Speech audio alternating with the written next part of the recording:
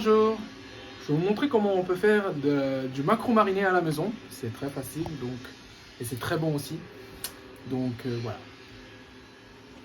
Alors, c'est pas que j'avais la flemme, mais aujourd'hui j'ai pris du maquereau chez Picard pour avoir du maquereau congelé. Euh, alors en fait j'ai fait exprès de prendre ça, mais pas du frais parce qu'en ce moment c'est pas tellement la grande saison des maquereaux. Et c'est vrai qu'en fait, ces macros-là, ils sont bien grasses. Donc c'est vrai que c'est vraiment pas mal pour faire le maquereau mariné.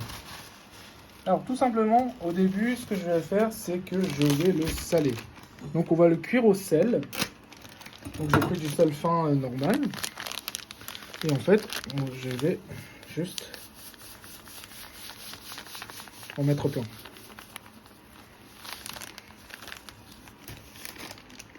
Hop. Et le mieux, c'est de les faire dans les deux côtés. Après, c'est pas grave s'ils sont encore un peu congelés. Dans le sens où, en fait, ça va se décongeler aussi. Et puis en même temps, comme on va le laisser à la température ambiante, mais pas dans un réfrigérateur, c'est pas grave que si c'est à moitié congelé. Si c'est complètement congelé, ça va pas, mais il faut que ça soit à peu près décongelé, à moitié décongelé, on va dire.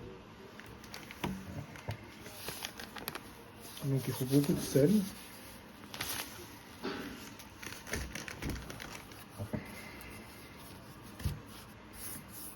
Alors, pour vous dire, il y a plusieurs manières de faire. Là, c'est juste une manière. Il y a des gens qui mélangent du sucre aussi.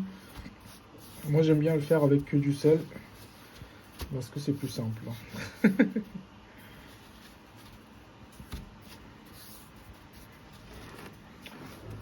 Et voilà. Donc, c'est bien salé partout.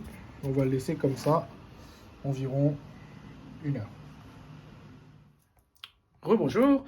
Donc du coup, vous voyez, c'est devenu un peu noir. Donc du coup, il y a un peu de temps qui est passé. Donc ça fait à peu près 1 heure, 1 heure et demie. Du coup, en fait, le poisson, il a bien fondu. Et puis en fait, le sel, il est bien imbibé. Après, vous pouvez avoir de l'eau qui sort, mais c'est tout à fait normal. Là, j'ai mis une overdose de sel. Donc en fait, le sel, il est tout absorbé. Mais sinon, en fait, vous pouvez avoir un peu de jus. Mais voilà, c'est pas grave. C'est tout à fait normal. Alors, ce qu'on va faire, c'est qu'on va le laver. Du coup... Bon, c'est tout simple, hein. En fait, si vous avez un évier, vous le mettez dans votre évier, vous avez juste à laver votre poisson à l'intérieur. Si, par malheur, vous avez trop laissé le poisson dans le sel et que, par exemple, au lieu de le laisser 1 heure ou 1 heure et demie, vous avez oublié ou autre et que vous l'avez laissé 3 heures, ils vont dire, ah zut alors, c'est pas fini. Vous pouvez toujours le laisser tremper dans l'eau pendant un petit moment pour enlever le sel qu'il y a dedans. Donc, inutile de paniquer. Donc, vous avez juste à simplement laver donc, le poisson comme ceci. Et puis, changer l'eau et le laisser tremper pendant une quinzaine de minutes pour enlever un peu le sel qui est en trop. Donc voilà, je vais aller laver mon petit bac et je vais aller préparer le vinaigre pour le laisser tremper.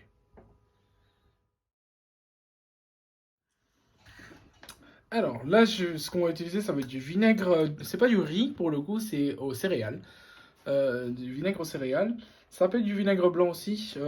Tout dépend en fait à votre goût. Ça peut être n'importe quel vinaigre. Je vais en mettre à l'intérieur. Peut-être qu'il vaut mieux éviter tout ce qui est vinaigre avec de la couleur, parce que sinon ça va colorer le poisson. Donc moi, ce que j'aime faire, c'est de mettre du vinaigre, un peu de sucre. C'est vraiment à l'œil. En général, je goûte un petit peu le vinaigre comme ça en fait pour voir ce que je préfère. Faut pas que ça soit trop sucré ni trop acide. Le sucre casse un petit peu l'acidité. Donc si vous voulez que ça soit vraiment acide au niveau du poisson, c'est bien de le laisser, de mettre plus de vinaigre. Si vous préférez, vous voulez pas que ça soit trop, disons, attaquant, on va dire, avec le vinaigre, vous pouvez mettre un peu plus de sucre.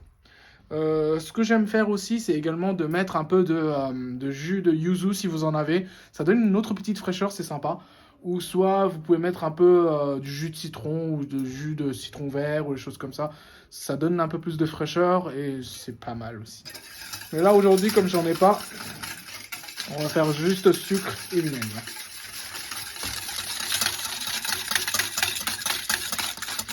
D'ailleurs, j'ai un petit fouet très fin comme ça qui est super pratique à utiliser parce que c'est tout petit.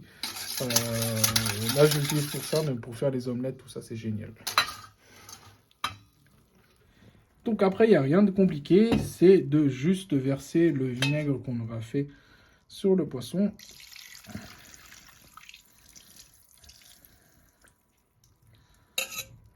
Tac.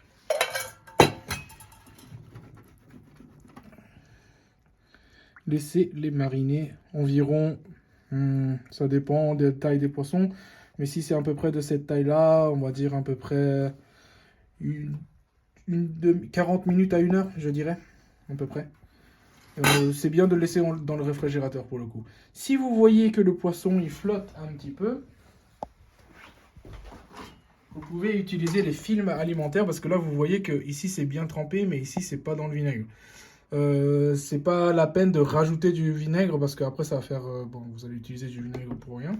Du coup, ce que vous pouvez faire, c'est utiliser des films alimentaires, donc comme ceci, que vous allez filmer et que vous allez faire ce qu'on appelle un film de contact. Donc vous mettez au contact contre l'aliment pour qu'il n'y ait pas d'air et comme ça va se mariner tranquillement sous le vinaigre, comme ça. Tac. Éviter qu'il y ait un peu d'air qui rentre. Bon, on va essayer au maximum que tout soit bien mariné comme ça. Tac. Et là, vous pouvez le laisser dans le réfrigérateur comme ça pendant environ 1 heure. Alors, ça fait à peu près 1 heure depuis qu'on l'a mis à mariner dans le vinaigre. Donc moi, je pense qu'il est très très bien. Donc je vais enlever le film contact sans trop faire de dégâts. Tac. Voilà. Donc vous voyez que la couleur, elle a un peu changé. Elle a été cuite avec le vinaigre. Du coup, vous voyez qu'il y a des endroits qui sont être plus blancs et puis il y a des endroits où c'est un peu plus rose. Ça, c'est pas grave en fait, si il n'y a pas de couleur équilibrée. C'est parce que c'était un peu moins trempé. Mais là, ce qu'on va faire, c'est la dernière étape qui est la plus importante, je dirais. Vous pouvez déjà le manger, il n'y a pas de problème. Mais le vinaigre est peut-être un peu trop prononcé. Donc, ce qui est bien, c'est, moi, ce que j'aime bien faire après avoir fait, c'est de prendre donc déjà un bol pour le lever. Juste question de... Voilà. De les enlever du vinaigre. Bon, vous pouvez prendre un bac aussi, hein, c'est peut-être plus pratique. C'est que j'en avais pas sous mes bains. Bon, c'est mon côté feignant. Donc on va le mettre... On va l'enlever du vinaigre. Voilà, hop. Et puis après, ce que j'aime bien faire, c'est de prendre un essuie-tout, une longue bande, tac, comme ceci, et de les enrouler, filet par filet, comme ça. Pourquoi je fais ça? C'est comme ça, en fait, j'enlève le vinaigre qui est en trop sur le poisson. Hop. Et je vais le laisser reposer pendant environ 1 nuit pour que le vinaigre s'adoucit en fait sur le poisson, qu'il ne soit pas trop attaquant. Vous pouvez bien sûr soit le mettre en boule comme j'ai fait pour l'égoutter un petit peu, et puis après remettre sur un bac, c'est mieux. Une surface plate, comme ça vous abîmez beaucoup moins le poisson. Sinon, si vous voulez faire votre feignant, vous pouvez le garder comme ça, mettre dans un sac en plastique et de le remettre dans le réfrigérateur. Mais bon, c'est vrai que c'est moyen au niveau visuellement, quoi. Donc, ce qu'on va faire, c'est que je vais vider mon vinaigre là, ici, dans mon bol.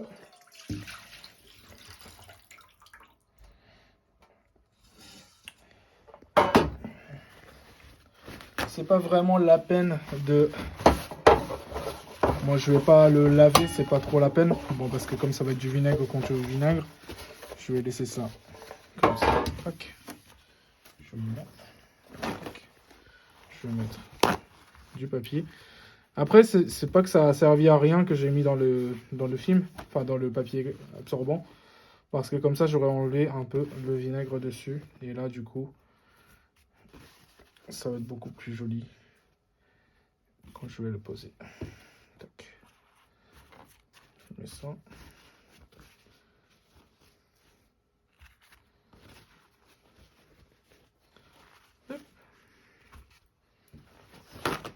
Une dernière petite couche. Et je vais le filmer, et puis on va le laisser reposer pendant 1 nuit. Et comme ça, ils seront prêts à manger. Alors, je vais faire le oshizushi, qui est en fait le sushi pressé en fait à Kansai, à la version Kansai, je peux dire. Donc on a ce ustensile. C'est exprès pour ceci.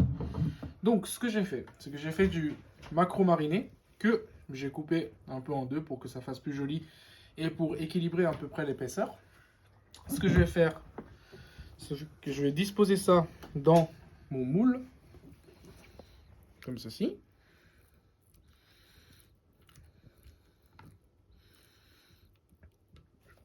Après, c'est tout simple.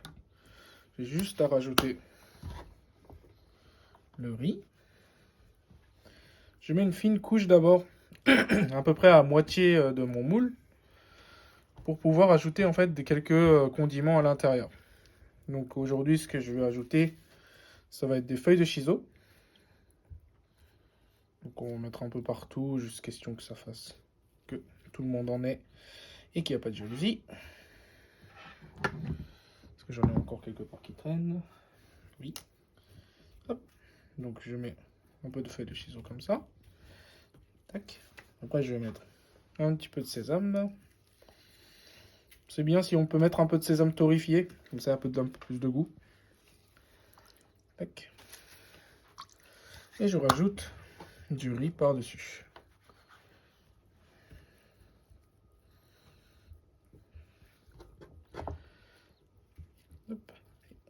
Et voilà. Et d'habitude, en fait, quand on fait les sushis, on dit que c'est bien de mettre de l'air et qu'il ne faut pas que le riz soit trop compact ou quoi. Mais là, en fait, ça s'appelle du oshizushi, qui veut dire en fait du sushi pressé. Donc du coup, avec tout mon poids,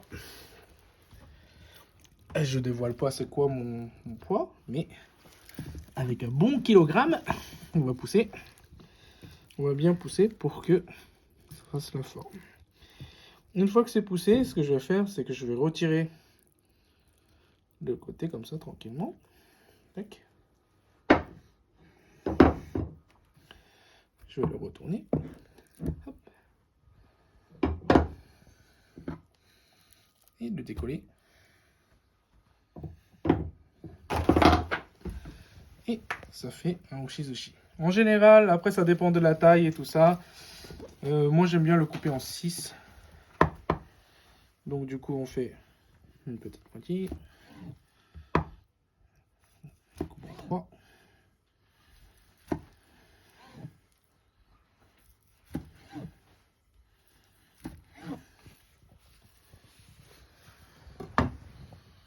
Puis on a un joli petit oshizushi.